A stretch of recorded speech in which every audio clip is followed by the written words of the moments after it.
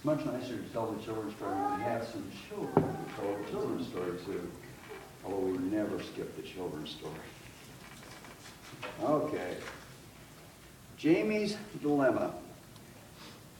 Jamie sat on the porch next to a suitcase with a worried frown on his face. His mother and dad had just given him some news he wasn't sure he liked at all. The morning had started out all right. Mom had made pancakes for breakfast, and Jamie liked pancakes.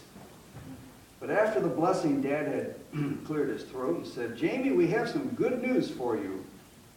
Do you remember how we talked last year about a new brother or sister? Well, last night the adoption agency called us. They have found for us both a brother and a sister. We will be gone for a few days to go get them and sign all the papers. You will be staying with Grandma until we get back." Jamie gulped. You like to gulp? He had forgotten all about the discussion they'd had last year. At the time, the idea of a brother to play with had sounded fun, but he wasn't so sure now. Would you like a new brother? You already got one, right? How old is the brother, he asked.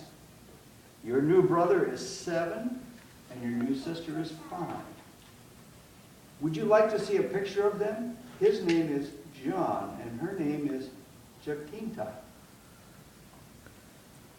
Jamie looked at the picture of 2 small, solemn-looking children. Now, Jamie, we have a lot to do to get ready. We're buying bunk beds for your room. You will have one bed, and John the other.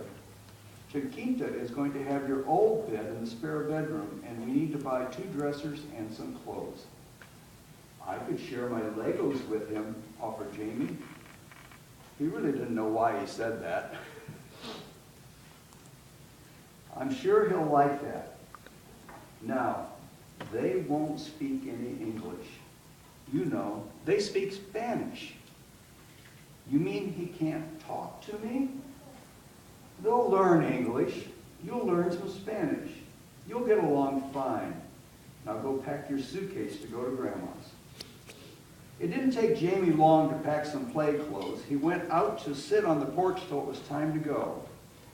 Having a new brother had sounded like fun, but this new brother couldn't even talk to him. Probably doesn't know how to play ball or anything, thought Jamie.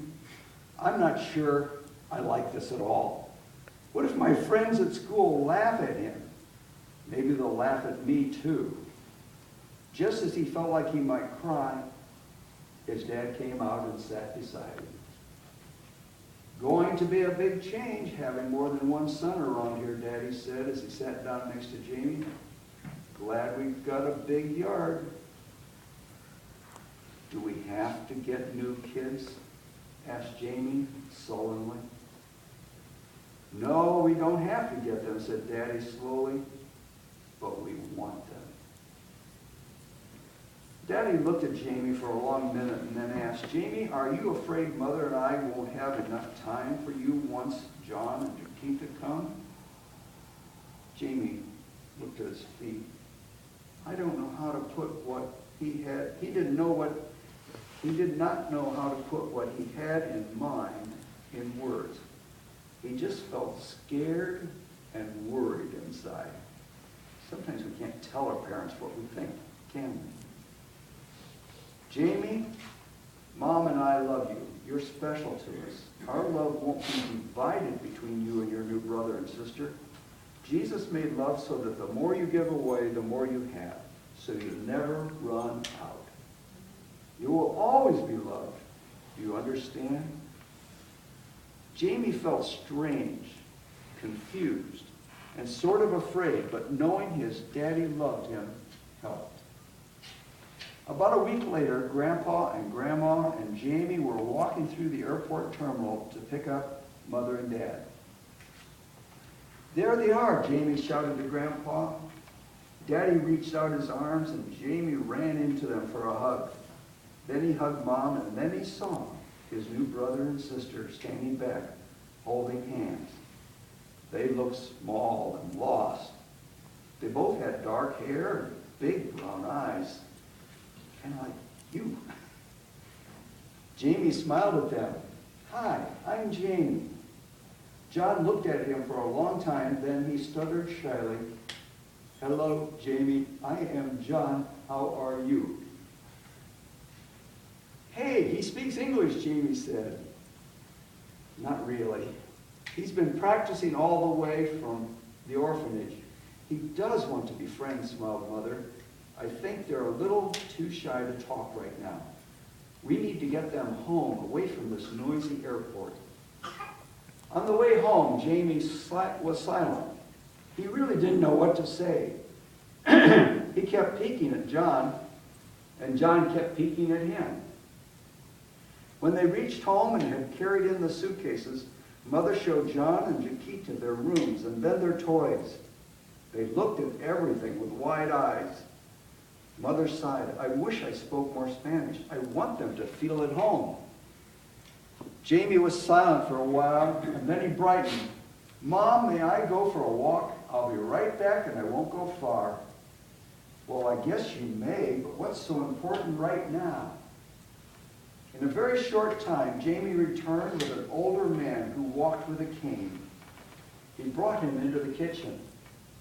Mom, I want you to meet my friend, Mr. David. He's special.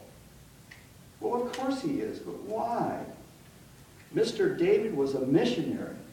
Now he teaches adults who want to learn Spanish at the high school. He can help us talk to John and Jaquita. He does? He will? That's a great idea. They're just sitting on their beds, afraid to move, and I want them to know everything's going to be fine. They all went into the bedroom. John and Jaquita looked up timidly. Mr. David smiled broadly, sat down in a chair, and spoke to John. John was so surprised at hearing his own language that he forgot to answer him. What do you want to say to them? Mr. David asked. First, tell them this is John's bed, and these are his toys and his clothes. Then we need to show Jaquita her room. And oh wait, first, tell them we love them. That's the most important, said Mother. Tell them I want to be their friend and big brother, added Jamie. Tell them this is their home, and we want them to be happy, said Daddy. Mr. David laughed and began to speak in rapid Spanish. John and Jaquita looked at the beds and clothes and toys. Finally, John said something.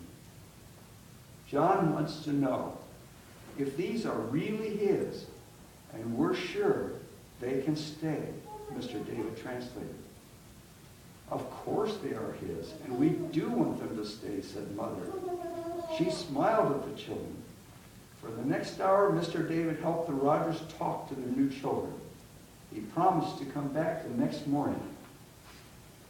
At worship that night, Daddy put his arm around Jamie. Jamie, that was a great idea. Having someone around who speaks Spanish will make the first few weeks so much easier. I think I'm going to like being a big brother. I'm going to start teaching John to speak English, and he can teach me some Spanish too. Mr. David said he'd help us. That's great. Let's thank Jesus right now for our safe trip and our new family and our friend, Mr. David. Do you ever get in situations like that where you can't understand the other person? You want to be friends? It can be difficult. I know I can read the words of Spanish, but when these Spanish people in our church rattle off Spanish, I'm lost. Pick up a word or two here or there, but we all need to help each other. You may return to your seats. Thank you.